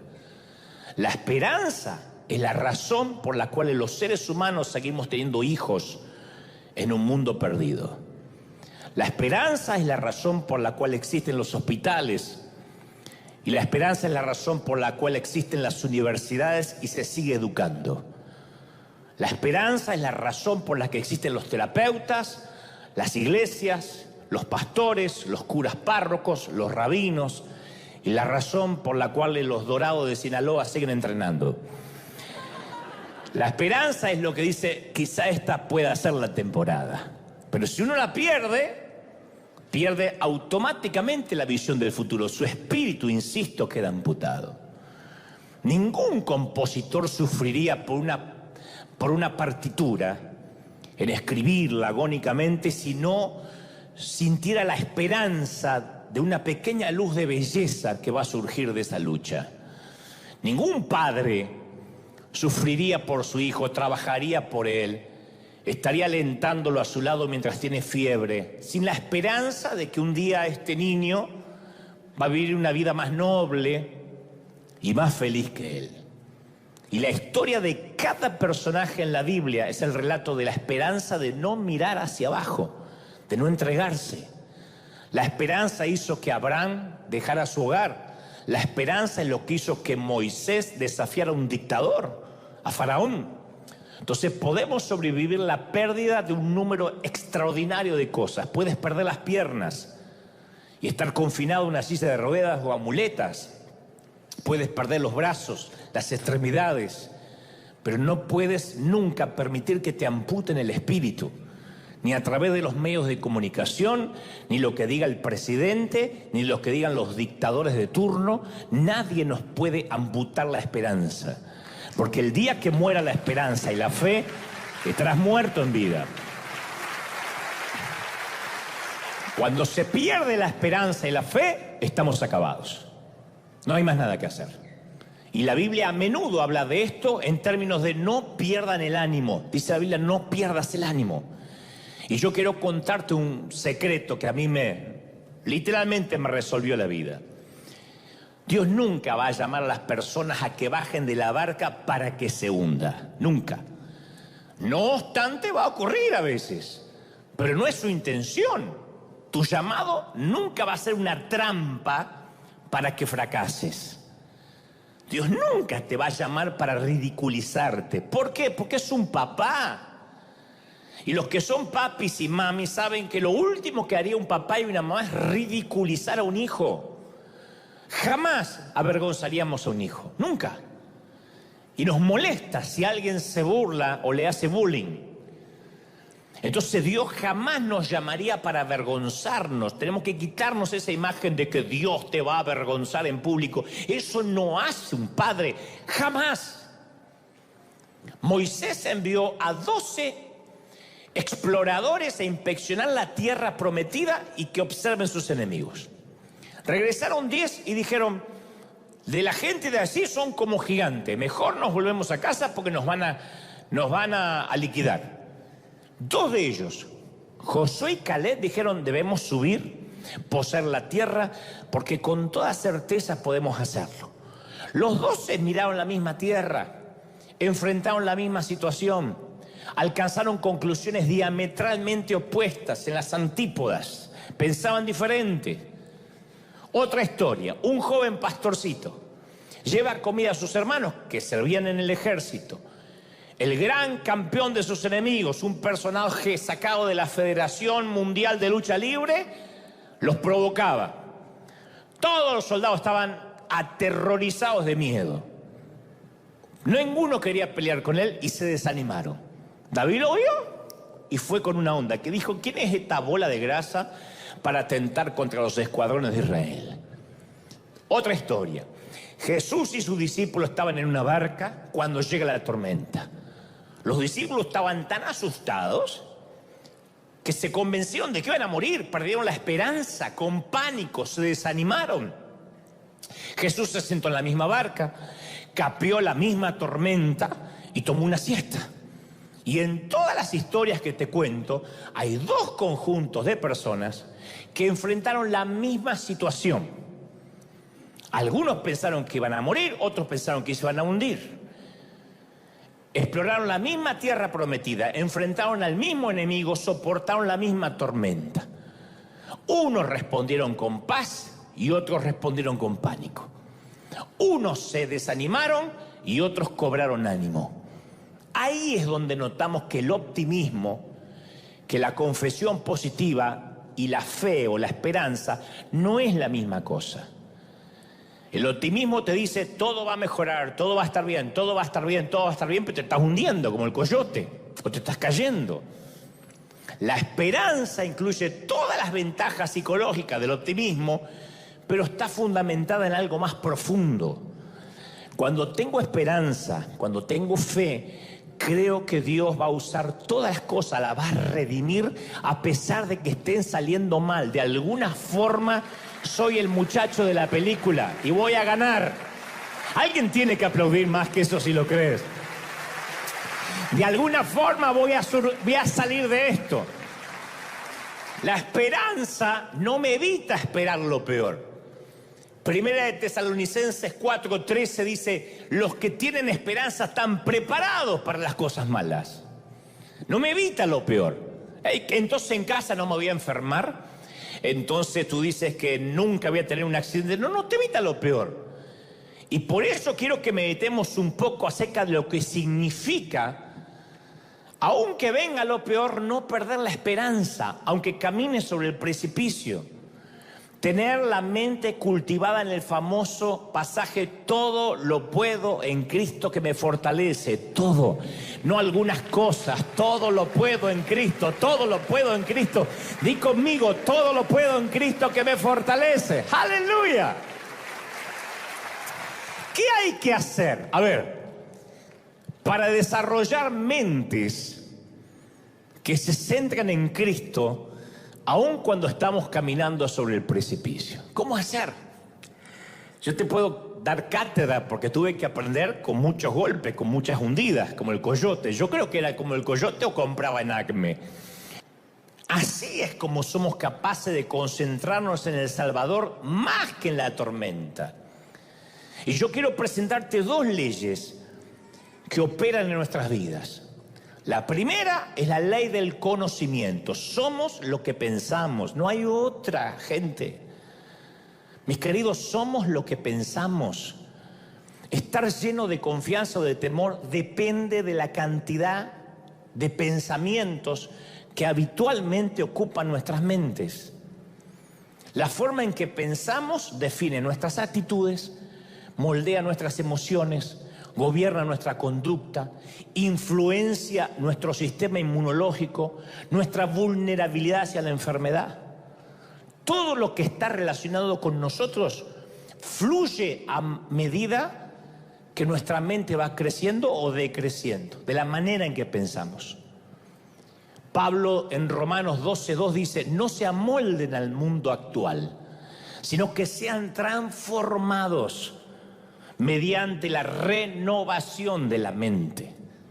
Y Jesús dijo que un buen árbol no puede producir un mal fruto, y que un mal árbol tampoco puede producir un buen fruto. Hizo esta observación en términos de la conexión entre nuestra condición interna, nuestra mente, y nuestra conducta externa. A largo plazo, el buen pensar, es decir, las percepciones precisas, la fe, las emociones saludables, los deseos íntegros, las intenciones honorables, no van a producir malos resultados en nuestra vida. Y el mal pensar no va a producir buenos resultados. Entonces somos lo que pensamos. La segunda ley que gobierna nuestras vidas y que casi nadie se da cuenta, en nuestra mente va a pensar en aquello a lo que esté más expuesta. Lo que repentinamente entra en la mente, al cabo del tiempo la moldea, nos guste o no. Tú y yo no somos aquello que nuestros padres criaron. Somos lo que la mente fue adquiriendo desde la niñez hasta esta vida adulta. Y eso se expresa en la manera que hacemos las cosas, en quienes nos vamos convirtiendo. La ley de la exposición es tan inviolable como la ley de la gravedad. Yo arrojo este vaso al piso y nadie se sorprendería que se cae, porque todos sabemos que la ley de la gravedad funciona. Nadie se sorprende. Sin embargo, para el asombro, hay gente que reacciona con conmoción a la ley de la exposición. La gente se sorprende que aquello a lo que se expone, el paso del tiempo resurge en la forma en que se sienten y cómo ven las cosas en la vida. Nuestros niños están expuestos a miles y miles de actos violentos y explícitos en los medios de comunicación, en las redes, en los celulares, en los jueguitos. Los videojuegos son gráficamente violentos. Pega un vistazo a lo que juegan tus hijos y vas a ver que es matar, quemar, desmembrar gente, zombies, criminales, animales, gente común. Y luego actuamos con sorpresa cuando se inicia una pelea en las tribunas de un equipo de fútbol, o en una disco, o cuando los tiroteos en las escuelas dejan devastada una nación. ¿Cómo los niños van con armas? Si están entrenados mentalmente para matar. Zombies, gente, hay un jueguito que literalmente es ir con un auto e ir matando peatones por la calle para ganar puntos. Entonces, nos hace falta voluntad y la restricción para crear una sociedad que produzca mentes que no estén saturadas con violencia desde que nacen. Estamos inundados de imágenes sexuales en televisión, en internet, en celulares, en laptops. Ya no hay filtros que las controlen. Un niño de 10, 11 años ya vio más pornografía que lo que un adulto en nuestros tiempos pudo haber visto a los 30 años. ¿Porque qué? Ya nadie busca la pornografía los encuentra. Y las imágenes sexuales explícitas no solo se envían a adolescentes, sino a niños que no tienen oportunidad de protegerse de algo que todavía sus mentes no pueden digerir. Eso se llama perversión, desviar el uso natural de algo o de alguien.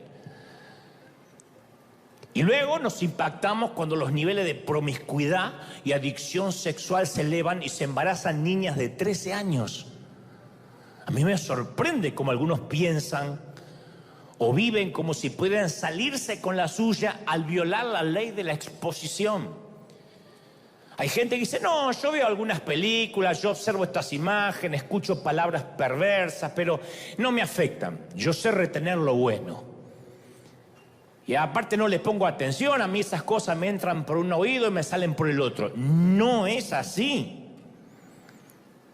Si el número suficiente de chicas adolescentes ven el número suficiente de portadas de revistas, que incluyen el número suficiente de modelos cadavéricas, que se le pagan cifras inverosímiles para parecer artificialmente delgadas, llenas de Photoshop, y luego citarlas como experta de lo que hay que hacer para que la vida valga la pena, vamos a crear una generación de mujeres jóvenes cuyas mentes siempre estén ocupadas en pensamientos como no soy bonita, no soy delgada, no soy deseable para los hombres, mira qué gorda que estoy, tengo que dejar de comer, voy a comer y voy a vomitar.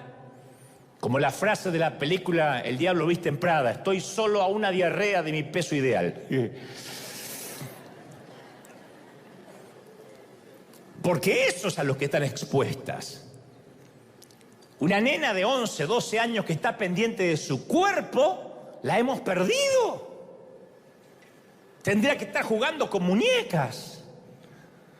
Tendría que estar preocupada de cualquier cosa, menos en cómo le queda la falda. Tiene 11, 12. Y si está preocupada a esa edad es porque estuvo expuesta. Eso se llama la ley de exposición.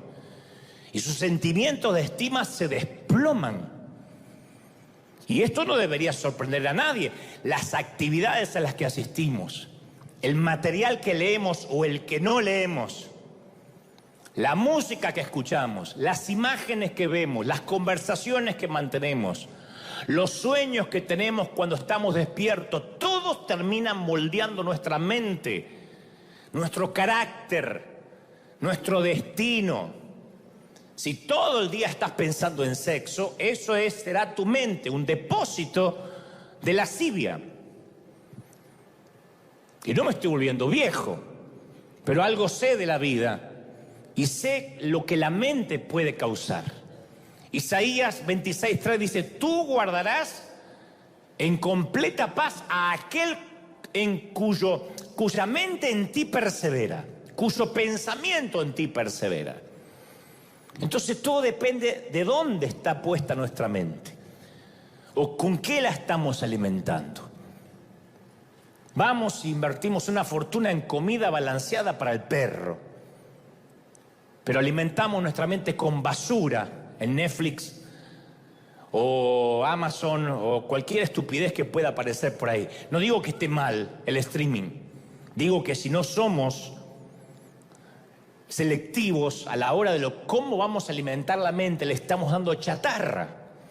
Y después vienen las pandemias, y después vienen las crisis, y después vienen los problemas, y claro que nos hundimos. Si la mente ha estado expuesta a todo tipo de basura y no hay depósito de donde el Espíritu Santo pueda acceder y trabajar. Y una vez que nuestra mente está centrada en Jesús, hay otro gran secreto para no hundirnos en la tormenta. Una vez leí un clásico libro llamado Las Crónicas del Circus, El secreto de los trapecistas. Leí un dato muy curioso. Y es acerca de la relación especial que tiene que existir entre el acróbata y el receptor, o sea, quien lo atrapa. Siempre hay dos. A mí no me sorprende. Si fuera acróbata, yo querría convertirme en el mejor amigo de quien me va a atrapar. Haría mi mejor esfuerzo para que no hubiera ningún resentimiento entre nosotros. Pero mientras que el acróbata se balancea muy alto en los circos, llega un momento en que se suelta del trapecio y describe un arco en el aire. Y durante ese instante, que deben ser microsegundos, pero a él le debe parecer una eternidad, el acróbata queda suspendido en la nada. Es demasiado tarde para agarrarse otra vez al trapecio, ya no hay marcha atrás. Sin embargo, es demasiado pronto para ser sujetado por el que lo va a recibir. Y el acróbata no puede acelerar la recepción. Y en ese momento su único trabajo es quedarse tan quieto y estático como le sea posible. El acróbata, dice el narrador, jamás debe tratar de recibir al receptor. Debe esperar con absoluta confianza. El receptor lo va a atrapar, pero él tiene que esperar. Su trabajo no es agitar las manos. Si lo hace, podría propiciar su muerte, tal como me aconsejó el piloto del helicóptero, y que yo no hice caso. Déjate atrapar y por nada del mundo mires hacia abajo. Este es el trabajo más difícil de todo, esperar. Esperar que pasen los síntomas, esperar que pase la enfermedad, esperar que pase la crisis del divorcio, esperar que salgan los papeles, esperar por migración, esperar que la suegra se vaya. Es lo más difícil. Puede que ahora estés viviendo un momento vulnerable. Puede que hay personas aquí que hoy tengan que soltar aquello que Dios te pidió que sueltes cuando terminaba el año que se fue, pero no sientes todavía que la mano de Dios te está agarrando. Y estás así, como el acróbata. Obedeciste y todavía no sientes que Dios te agarró. Te moviste en fe, pero no sabes dónde vas. Hay personas que han tomado decisiones en fe, en obediencia, han dado una siembra financiera y todavía no vino la provisión. Como el trapecista, estás allí en el aire, esperas con confianza, pero hay veces que empiezas a creer que la paciencia se te va a agotar. A mí me gusta la imagen de Isaías 40:30 que dice: aún los jóvenes se cansan, se fatigan, los muchachos tropiezan y caen, pero los que esperan, los que confían en el Señor, alguien tiene que decir amén. Los que esperan renovarán sus fuerzas, dice. Volarán como las águilas. Ah, me gusta eso. Correrán y no se fatigarán. Caminarán y no se cansarán. Y en algunas veces remontamos los cielos y volamos como las águilas. Esa es una hermosa imagen de Isaías. Los ornitólogos dicen que las aves tienen 3 métodos de vuelo. A mí me fascinó esto el día que lo descubrí. 3 métodos para volar. Solo 3. El primero es el aleteo, es decir, mantener las alas en constante movimiento para contrarrestar la fuerza de gravedad. Esos son los colibríes, por ejemplo, si lo han visto. Los colibríes pueden aletear hasta 70 veces por segundo, porque continuamente mueven las alas. Aletear es lo que los mantiene en el aire, pero implica un esfuerzo. Yo creo que los colibríes llegan a la casa y le dicen a doña colibrí: no me hables porque aleteé todo el día. No tengo ganas de hacer nada. Aletear es un asunto poco elegante, porque aparte es burdo. Yo suelo invertir en la vida mucho tiempo aleteando. Yo aleteo mucho. Me lleva de un lado a otro, pero no hay mucha elegancia implicada en el aleteo. Un segundo método es planear. Las aves alcanzan suficiente velocidad y altura y se deslizan en una corriente descendente. Es mucho más elegante que aletear, pero desafortunadamente tampoco las lleva muy lejos, porque la realidad se presenta en forma de gravedad rápidamente. Planear es lindo, pero no dura mucho, se van a caer. Entonces está el tercer método, que es remontar. Los ornitólogos dicen que solo unas pocas aves, como las águilas, son las capaces de remontar. Las águilas son tan fuertes que le hacen posible sostenerse en corrientes ascendentes de aire, como los aviones. Entonces, en vientos térmicos que ascienden en forma vertical desde la tierra, la manera que tienen ellos es no mover una sola pluma y pueden remontarse a grandes alturas y se mantienen sin aletear. Tampoco están planeando para abajo. Se midió que las águilas alcanzan una velocidad de 120 kilómetros por hora sin hacer un solo aleteo. Se remontan en columnas invisibles de aire ascendente. Isaías dice que los que esperan en el Señor habrá ocasiones que van a remontar vuelo. Y uno cuando siente el viento del Espíritu, yo te iba a dar un consejo: déjate remontar. Déjate llevar por la ráfaga del Espíritu. Jesús dijo: En Juan 3:8, el viento sopla por donde quiere, lo mismo pasa con el que nace en el Espíritu. Hermanos queridos, la gente del mundo no entiende lo que pasa en River.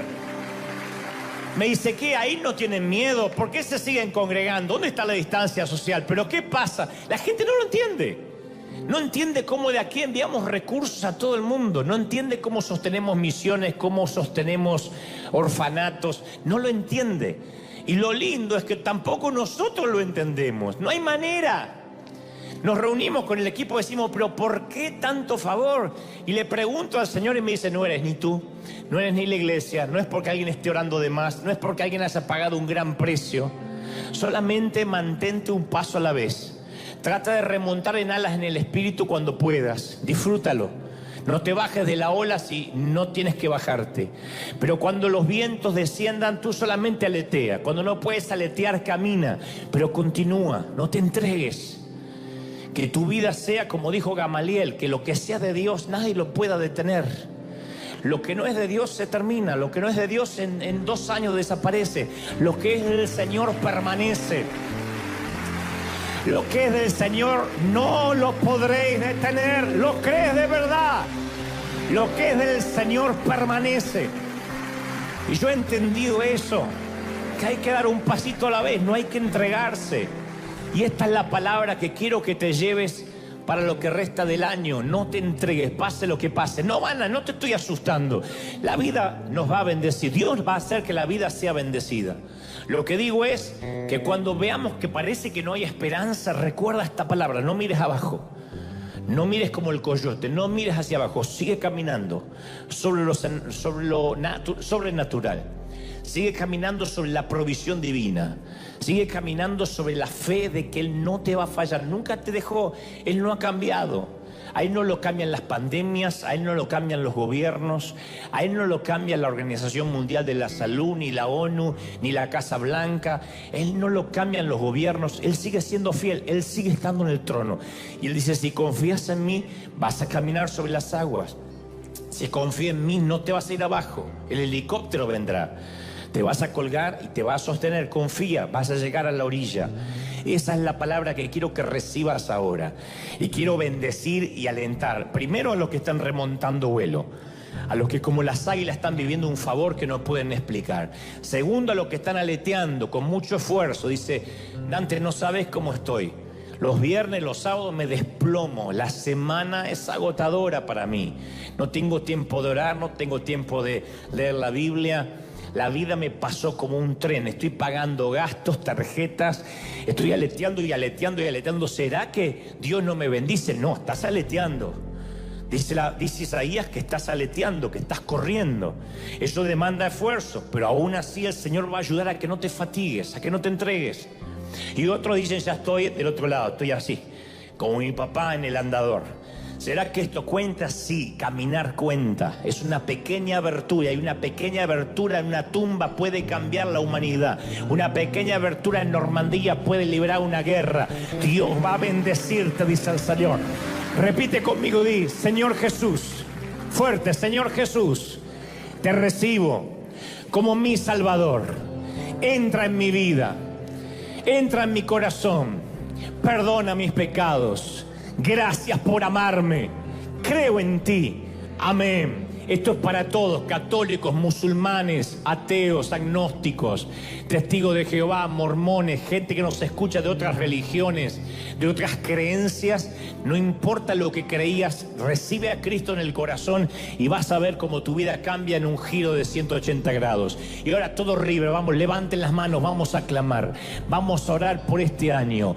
Está comenzando enero recién y estamos declarando que las primicias de nuestras oraciones, las primicias de las bendiciones se las estamos dando ahora. Padre, yo oro ahora por niños, jóvenes, ancianos y adultos. Estoy clamando por cada uno de ellos. Señor, yo declaro que tu bendición es soltada ahora sobre ellos, sobre los que dan un paso, sobre los que no podían más, sobre los que están cansados. Hay una pequeña abertura aquí en Anaheim.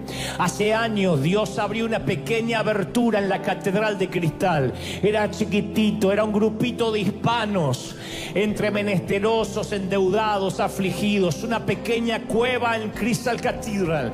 Y ahí algo empezó, algo nuevo empezó a pasar, algo nuevo empezó a pasar, y Dios transformó eso en sitios de desierto, y luego ese desierto vino hasta aquí, y algo empezó a pasar en la humanidad, y llegamos a miles de personas, y el día de lo cambió todo. Aunque al final del día no había cambio, sí lo cambió todo. Dios dice, esa bendición está sobre tu vida ahora. Estoy orando para los que no han visto cambios, para los que estaban bajando los brazos, para los que estaban rindiéndose. No te entregues, dice el Señor, no te entregues, yo estoy contigo. Comiencen a clamar ahora, levante las manos, vamos, nos unimos en Asia, en África, en América, Oceanía, Europa. Hay gente mirándonos en todos los continentes, y desde aquí, desde la calle Broadway de River Arena, soltamos esa bendición de Isaías. He aquí, aunque por momentos te fatigues,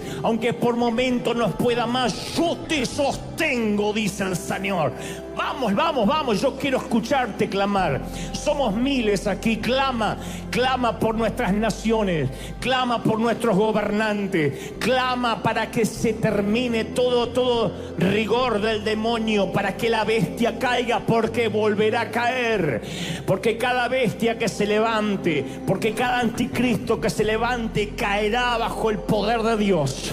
Caerá bajo el poder de Dios. No hay nada que pueda prevalecer contra el reino de Dios. No tengas miedo, no tengas miedo a fracasar, dice el Señor. Si te hundes, aún yo te voy a levantar. Pero no mires hacia abajo. No es tiempo, iglesia, de mirar hacia abajo. Levanta tus ojos al cielo, levanta las manos y dile: Señor, como símbolo ahora yo miro hacia arriba. Levanto mis ojos ante el Señor de señores, ante el Rey de reyes, y miro hacia arriba. Y ahí está la esperanza. Y ese río que no se detiene está sobre mi vida, sobre mi familia, sobre mis cosas. Declaro bendición, declaro tu gloria en todas las áreas. ¿Pueden sentirlo? Ahí está la mano de Dios. Vamos, vamos, vamos, vamos. Levanta las manos, clama, clama. Los que tengan el bautismo del Espíritu allí en sus casas, aquí clama como el Señor te dé para clamar. Suelta, libera sobre tus hijos, sobre tu familia, una bendición de valor, de audacia, de esperanza, de fe. Iglesia, no pierdas la fe. Pastores del mundo, pastores que me están oyendo ahora, no pierdas la fe, no te entregues. Has dado un pasito a la vez. Te han restringido a tu hogar, no has podido salir ni siquiera a atender el templo ni a tu gente. Te han restringido, te han metido en la cocina. Ni siquiera hay pastores humildes que ni siquiera han sabido cómo hacer para transmitir desde un celular. Pero han estado dando un pasito a la vez. Algunos sintieron que perdieron el trabajo de años. Dijeron: Señor, todo lo que hice lo he perdido. Han sido años de fracaso, y el Señor me dice que te diga: no, no, no, no, mi hijo. No, mi querido. No sabes cuánto te amo. Y ese pasito pequeño que has dado, yo lo he bendecido. Tú eres uno de mis soldados, tú eres uno de mis generales. No te entregues, no te rindas. Oro por las esposas de pastores, oro por los ancianos, oro por los diáconos, oro por los presbíteros, oro por todos los hombres de Dios de distintas denominaciones que se han mantenido, que no han claudicado, que no han doblado las rodillas. Aquí viene un año en que será complejo, pero Dios me dice que te diga: no mires hacia abajo. Iglesia, yo te voy a sostener. Te he sostenido durante la pandemia. No te ha faltado el alimento, no te ha faltado la provisión, no ha venido el ángel de la muerte a tocar tu puerta. Yo te voy a seguir siendo fiel, pero tú crees que yo te sostengo. Vamos, vamos, yo te sostengo. No mires hacia abajo. Yo te bendigo, dice el Señor. Yo declaro esa bendición. Yo proclamo que nos vamos benditos. Di conmigo: Señor Jesús, llevo esta bendición conmigo en mi vida, fuerte, en mis cosas. Y declaro 2022, no miraré hacia abajo, no miraré hacia abajo. Levanto mis ojos al cielo, fuerte, levanto mis ojos al cielo. Y en Él está la esperanza, en ti está la esperanza. Amén, amén y amén. Bendito sea el Señor. Gente maravillosa, dale un aplauso al Rey de Reyes, a los que nos miran, firmes como talón de oso el domingo que viene, no aflojen, un paso a la vez. Chao, gente, tengan lindo fin de semana y pásenla mejor que nunca. Chao, hasta la próxima.